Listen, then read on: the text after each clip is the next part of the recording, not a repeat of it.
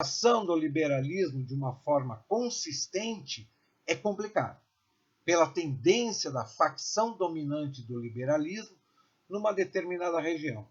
Referir-se a si mesma simplesmente como liberalismo e rejeitar esta identificação a outras facções minoritárias, dado que a palavra liberalismo varia desde ser um elogio em algumas partes do globo a até ser uma verdadeira ofensa, uma agressão verbal em outras partes do globo.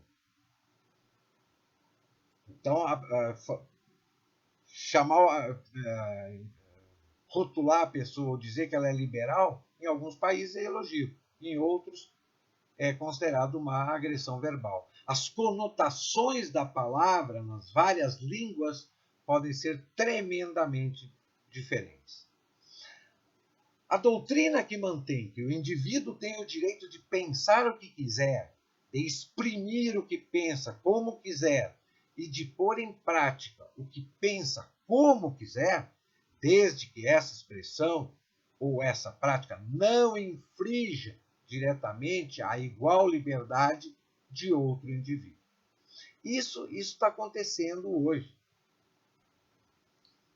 A gente vê hoje as pessoas, eu tenho liberdade de pensar, então eu tenho liberdade de falar, de expor aquilo que eu penso. Ok. O problema é que, dentro desse contexto de direita e esquerda, tudo que um fala do outro é visto como agressão verbal e não como um debate de ideias.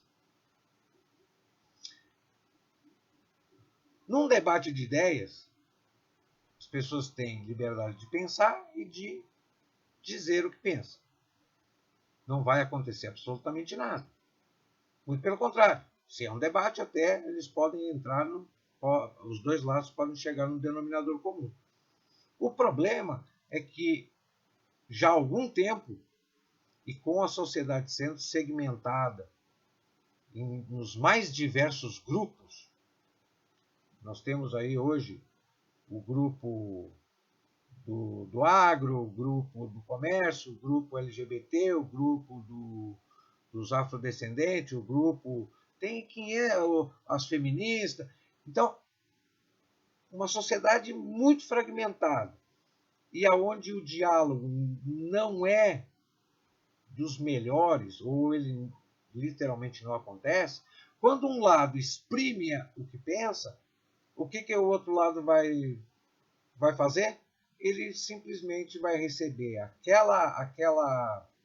aquela afirmação contrária, que não é do seu agrado, como uma agressão verbal. E aí é o que a gente está assistindo hoje. Todo mundo correndo para o judiciário, processando por injúria, por difamação, por racismo, por homofobia, por... E o problema é que o judiciário não tem lá um farto regramento para esse tipo de situação.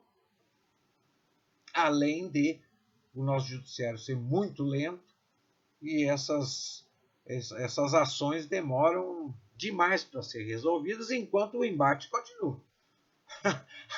A briga continua, é um xingando o outro, um agredindo o outro, porque ninguém vê essas afirmações que são trocadas como um debate de ideias, apenas como uma agressão verbal.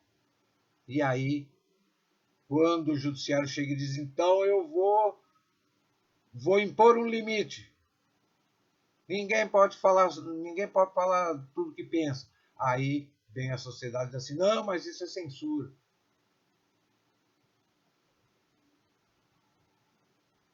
O judiciário ele tem como uma de suas funções mediar os conflitos.